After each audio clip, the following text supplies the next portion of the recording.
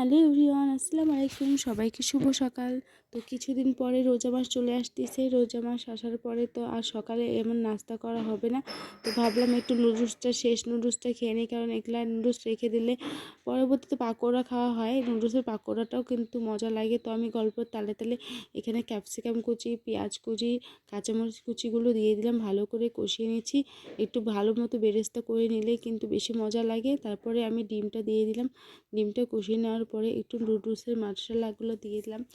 তো ভালো করে এটা কষিয়ে নিলাম। কষিয়ে নেওয়ার পরে আমি নুডলসগুলো অ্যাড করে নিব। তারপর ঢেলে দিলাম আমার রেখে দেওয়া নুডলসগুলো। একটুখানি নুন দিয়ে দিব।